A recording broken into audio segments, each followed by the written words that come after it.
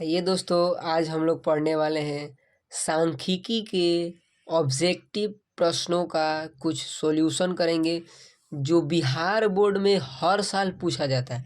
इसलिए आप लोग थोड़ा ध्यान से देखिएगा। चलिए हम लोग बारी बारी से कर सब प्रश्नों का सॉल्व करते हैं कि कैसे सांख्यिकी को समझा जाता है और बनाया जाता है। तो 1 नंबर क्वेश्चन देखिएगा कि प्रथम 5 पूर्ण संख्याओं का माध्य क्या होगा। प्रथम 5 पूर्ण संख्याओं का माध्य, तो 5 पूर्ण संख्याओं का माध्य निकालने से पहले हमको जानना होगा कि पूर्ण संख्याएं क्या होती है। तो आइए हम बताते हैं।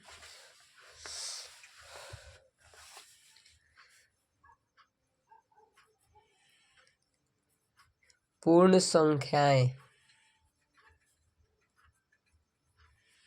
पूर्ण संख्याएं क्या होती है। तो वैसी संख्याएं जो 0, 1, 2, 3, 4, 5, 6 डॉट डॉट हो उसे हम पूर्ण संख्याएं कहते हैं। जैसे 0, 1, 2, 3, 4, 5 डॉट डॉट डॉट डॉट उसे हम पूर्ण संख्या कहते हैं। तो हमको प्रथम 5 पूर्ण संख्याओं का माध्य निकालना है। तो 5 कौन होगा, ये 1, 2, 3, 4, 5, यानी यहाँ से लेकर यहाँ तक के संख्याओं का माध्य निकालना है। तो माध्य बराबर इन सबको माध्य निकालने का एक फॉर्मूला होता है कि सभी संख्याओं को पहले जोड़ दिया जाता है।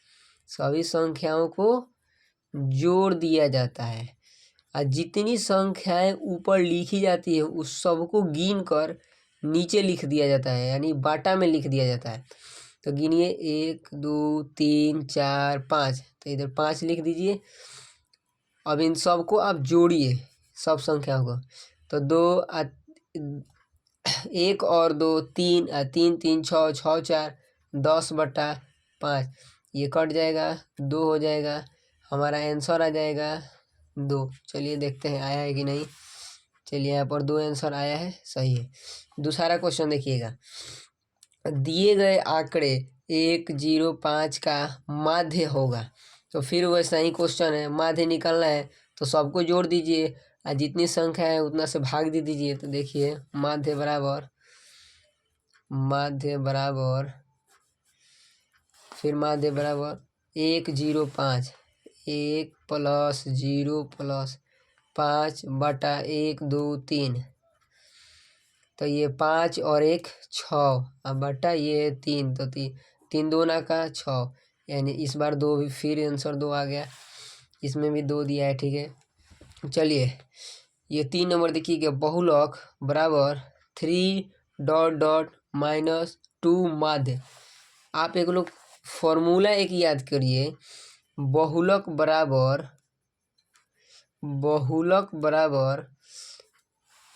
3 माध्यिका -2 माध्य, ये एक फॉर्मूला है। क्या है ये? एक फॉर्मूला है, आप लोग इसको याद करिएगा। ये बहुलक का एक फॉर्मूला होता है। क्या होता है? बहुलक का फॉर्मूला होता है 3 माध्यिका -2 माध्य, फॉर्मूला होता है। देखिए यहाँ पर दिया है, आप माध्यक बोलिए तो या माध्यिका बोलिए तो दोनों बात एक ही होता है। आप लोग ये ध्यान से सीख लीजिएगा, क्योंकि बिहार बोर्ड इस प्रश्न को बार बार देता है और बहुत बारीकी से फंसाता है बच्चों को, इसलिए ये स्टार दे दिए क्वेश्चन पर। अब देखिए हम लोग चौथा क्वेश्चन देखेंगे, निम्नलिखित अवर्गीकृत आंकड़ों की माध्यिका क्या होगी। तो माध्यिका निकालने का फॉर्मूला होता है कि पहले आप जो संख्याएं दी जाती है उसे आरोही क्रम या अवरोही क्रम में सजा ले पहले। तो जो संख्याएं दी है उसे हम आरोही क्रम में सजाते हैं। तो देखिए कौन कौन सी संख्याएं दी गई है, आइए हम लोग देखते हैं कौन कौन सी संख्याएं हमें दी गई है। तो संख्याएं हमें दी गई है 18, 13, 17, 12, 16, 19। तो इसे हम आरोही क्रम में सजाते हैं। किस क्रम में सजाते हैं? आरोही क्रम में सजाते हैं। तो आरोही क्रम यानी बढ़ते क्रम में सजाते हैं। तो बढ़ते क्रम में कैसे होगा? सबसे छोटा इधर 12 है तो 12 लिख दीजिए। सबसे छोटा 12 है तो 12 लिखिए। उससे बड़ा क्या है? 13 है तो 13 लिख दीजिए। 13 से बड़ा क्या है? 13 से बड़ा ये आपका हो जाएगा 16, तो 16 लिख दीजिए। और ये 16 से बड़ा क्या हो जाएगा? 17, 17 आप लिख दीजिए। 17 से बड़ा क्या हो जाएगा? 17 के बाद 18 है तो 18 लिख दीजिए। 19 है का? 19 भी लिख दीजिए। अब कोई संख्या नहीं ना बची है, सब लिखा गया। 1 2 3 4 5 6, 1 2 3 4 5 है, ठीक है। अब इसका माध्यिका निकालना है। तो अब 6 संख्या है, 1 2 3 4 5 6। तो इसे आप ना दोनों साइड बराबर हिस्सों में बांट दीजिए।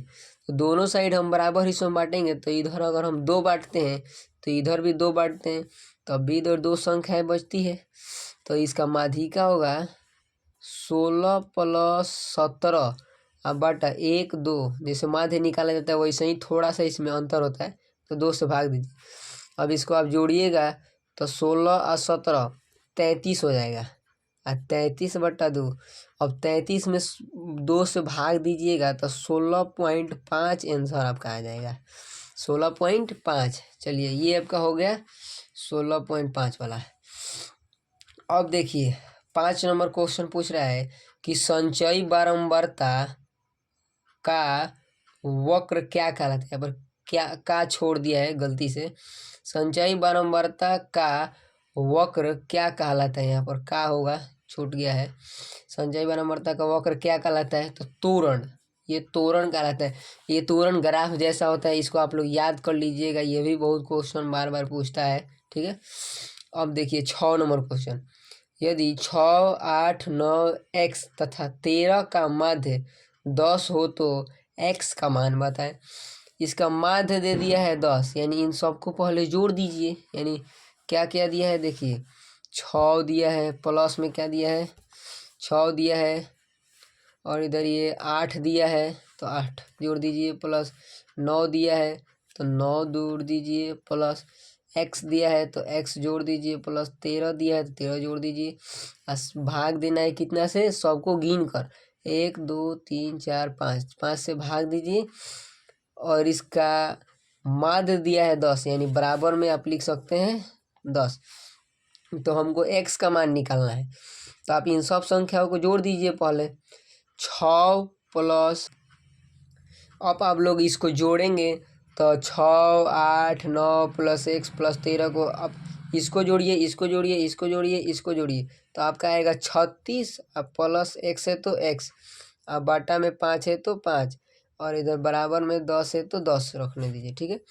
अब आप लोग करिए कि 36 आप प्लस x रहने दीजिए, और इधर ये भाग में है तो इधर चला जाएगा गुना में, यानी हो जाएगा 50।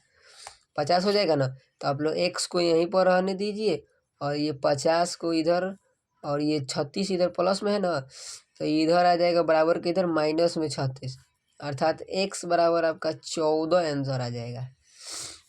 अब देखिए 6 नंबर क्वेश्चन हो गया। अब 7 नंबर हम लोग बाद में करेंगे, आप लोग 6 नंबर तक पहले कंप्लीट कीजिए, ठीक है। चलिए गुड बाय। मेरे चैनल को सब्सक्राइब कीजिए, लाइक कीजिए और शेयर कीजिए, ज़्यादा से ज़्यादा शेयर कीजिएगा तो आपको समझ में आएगा, नहीं तो नहीं आएगा।